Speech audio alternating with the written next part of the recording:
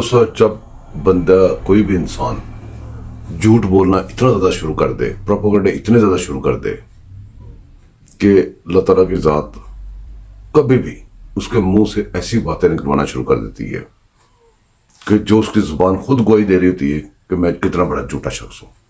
एक झूठा शख्स ये भी देखें। आप पाकिस्तान के आर्मी चीफ और आईएसआई चीफ को आप हिट कर रहे हैं और फौज को कह रहे हैं कि इनके खिलाफ बगावत करो। तो क्या समझते हैं आप, ये गद्दारी है?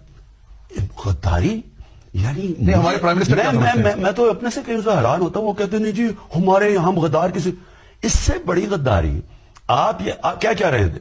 आप जब कह रहे हैं कि आर्मी चीफ और आईएसआई चीफ के फौज को कह रहे हैं कि ये दो गंदे हैं, बाकी से फौज ठीक है। असल में जिम्मेदार इस सब का वो है जिसने ये ऑर्डर दिया था। It's not the security agency. It's one man, the army chief. There's no democracy in the army. The army is getting maligned by what is happening right now.